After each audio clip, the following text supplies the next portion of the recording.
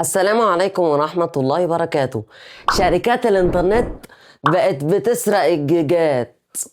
للأسف الشركات ما عادتش زي الأول، فقدت الثقة. ولما تكلمهم عن الشكاوى اللي انت بتعاني منها يقولوا ما ده استهلاكك يا فندم. طب ده ينفع؟ ده احنا عايزين انترنت غير محدود.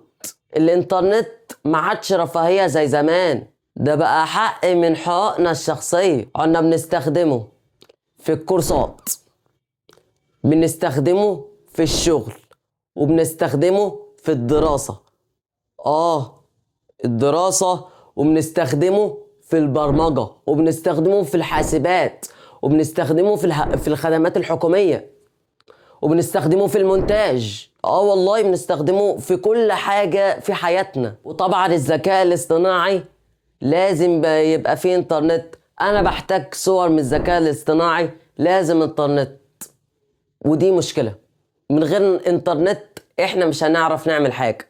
والله بكلمكم بجد، بدون انترنت مش هنعرف نعمل حاجة، ولا هنعرف ننشر خبر، ولا حتى فيديو من صناعة المحتوى. انا بعاني من نفس المشكلة اللي انتوا بتعانوا منها، بس انا مش مشترك في شركة وي. انا مشترك في راوتر هوائي من واحد مش معروف في فاقوس، صالح العطار. في سنة 2022 انا بقالي 3 سنين مشترك في الراوتر الهوائي، وبعاني من نفس اللي بيحصل. طبعا انا بشحن مرة في الشهر، النت بطيء، الصبح سريع وبالليل بطيء. دي حاجة مميزة.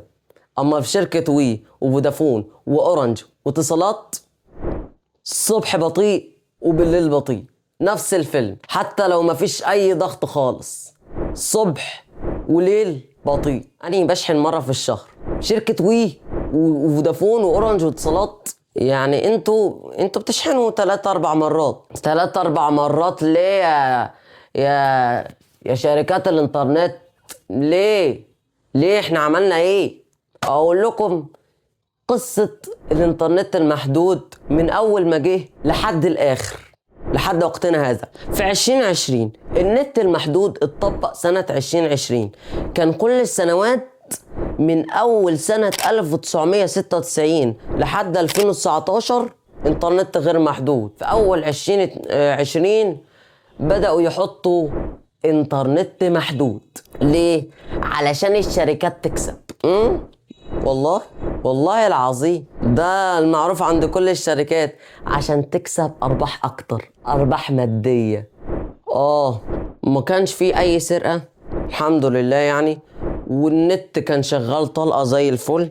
وكمان النت احيانا يقطع والباقة بتكمل الشهر عادي. لحد سنة 2025 بدأوا يسرقوا الانترنت، والنت بقى ما عادش بيكمل الشهر. يعني بدل ما الباقة تخلص في 30 يوم بقت بتخلص في 20 و19 و18 يوم. بدأت تدريجيا تقلل من أيام الاستهلاك، بدأت تسرق بشكل شديد تدريجيا لحد يوم 4/2/2026 بدأت تسرق جيجات كتير بشكل ملحوظ جدا جدا جدا. انت مثلا بتشحن الباقة، بتشحن باقة مثلا 250 جيجا 500 جيجا، عادت بتخلص في 10 ايام او 7 ايام. ودي حاجة مش حلوة خالص خالص. دي مشكلة كبيرة جدا جدا جدا، ان الباقة بتخلص يا 7 ايام يا 10 ايام. والمشكلة الاكبر انك لما تكبر الباقة حتى لو 3 تيرا، بدأت برضو بتخلص في 10 ايام. ودي مشكلة بتغضبني انا شخصيا. بعاني من نفس بطء الانترنت اللي انتوا بتعانوا منها بالظبط. في راوتر الهوائي نفس السرعة بتاعت شركة وي واورنج واتصالات وفودافون. السرعة عندي 1.5 ميجا بالليل، اخر مرة بالليل الساعة 10 ولا الساعة 12 ولا الساعة 2 بالليل، قست السرعة من عند سبيد تيست اوكلا، لقيت ان السرعة ميجا ونص. يا نهار اسود، يا نهار اسود ومنيل. الداونلود ميجا ونص، والابلود 3 ميجا ونص. وعلى الصبح السرعة في الداونلود 7 ميجا، والابلود نازل 5 ميجا اقصى حاجة. برضو انتوا بتعانوا من نفس الحاجة، بس انا مميز عندي ان انا الصبح النت سريع والنت بطيء بالليل. من ساعة ما انتشر منشورات كتير على الفيسبوك، منشور انترنت غير محدود، الناس ردت على شكاوي كتير. الشكاوي دي انتشرت وبقت ترند في مصر كلها، لدرجة ان المتحدث الرسمي للجهاز القومي لتنظيم اتصالات بيقول ايه؟ مفيش شكاوي. مفيش شكاوي مين؟ ده الشكاوي انتشرت بشكل فظيع. يعني انتوا عندكم، انتم بالنسبة لكم مفيش شكاوي؟ يعني يقول ايه؟ شكاوي فردية. بروح امك يعني.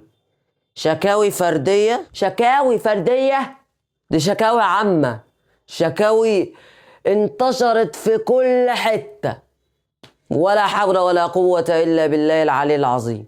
ما بيفتحوش انترنت ولا حتى بيشوفوا منشورات عن انترنت غير محدود في مصر، والناس كتبت هاشتاج انترنت غير محدود، كتبت هاشتاجات كتير. المنشور ده او هاشتاج انترنت غير محدود الحمد لله بخير، يعني وصل للبرلمان. النائبة إيرين سعيد اتكلمت عنه، ومها عبد الناصر اتكلمت عنه الحمد لله يعني. وبيقولوا يعني قريبا هيوصل انترنت غير محدود.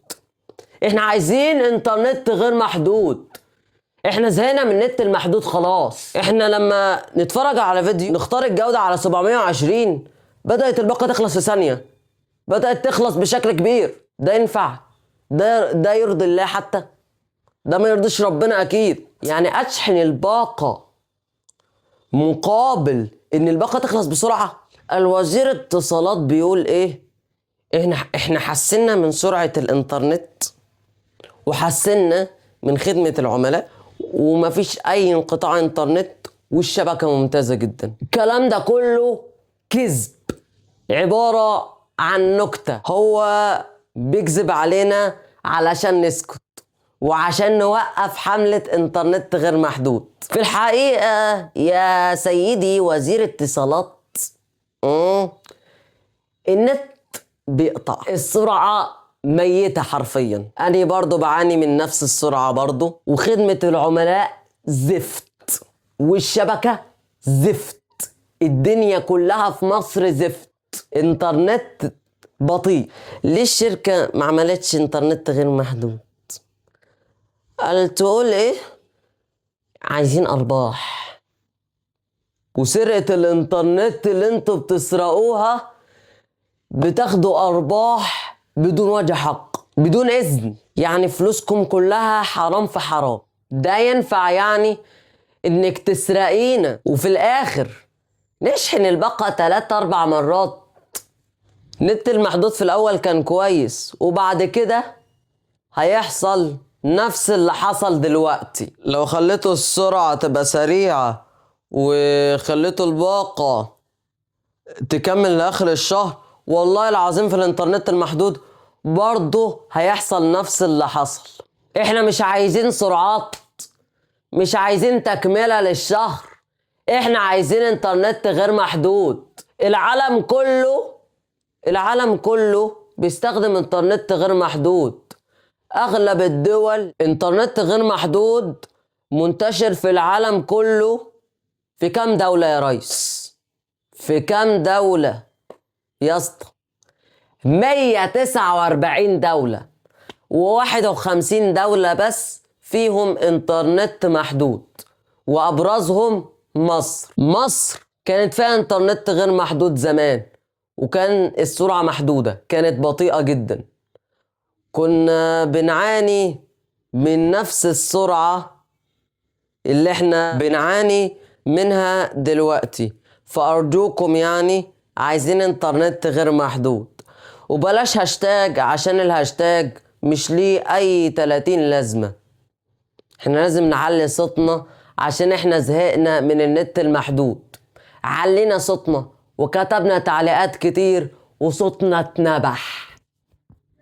صوتنا اتنبح خلاص. بدل ما تحطوا هاشتاج انترنت غير محدود، اتصلوا على 155 الخاص بالجهاز القومي لتنظيم اتصالات عشان يشوفوا كم عدد من الشكاوي ويحلوا مشاكل الانترنت بقى، ويحطوا بقى انترنت غير محدود عشان زهقنا من حوار انترنت المحدود والباقات الشهرية والجيجات وسرعة الانترنت البطيئة اللي بتخلص في ثانية. والله العظيم قال ايه؟ عشان احنا حسنا من سرعة الانترنت الباقة بتخلص في ثانية.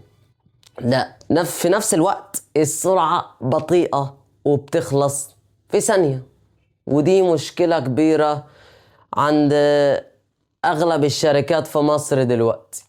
شفنا اخر منشور بعد انترنت غير محدود إقالة وزير اتصالات. يا ريت والله، يا ريت والله احنا هنرتاح والله.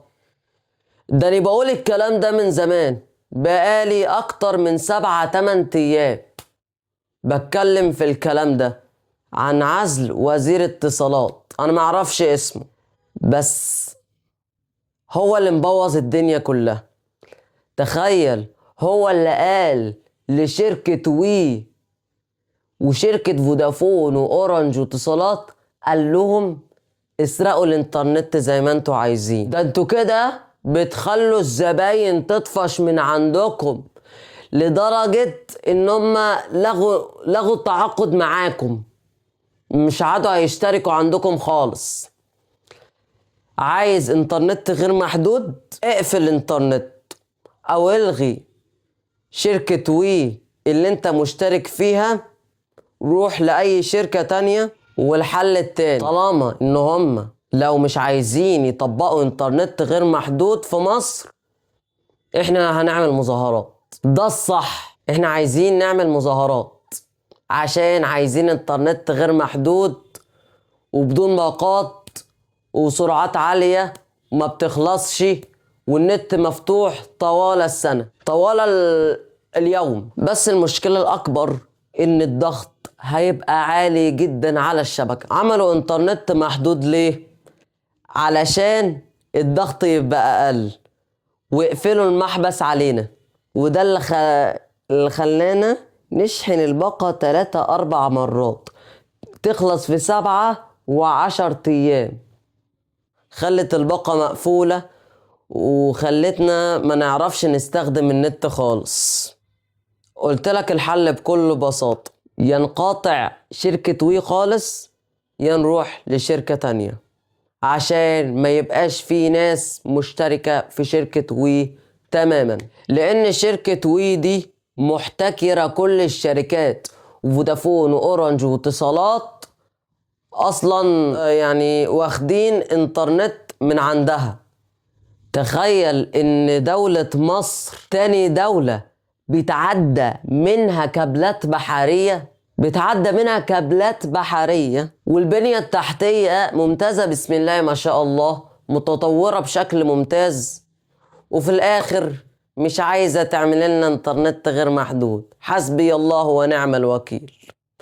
ربنا يهديكم يا شركة وي وتعمل لنا انترنت غير محدود أحسن زهقنا والله. وصلوا على النبي.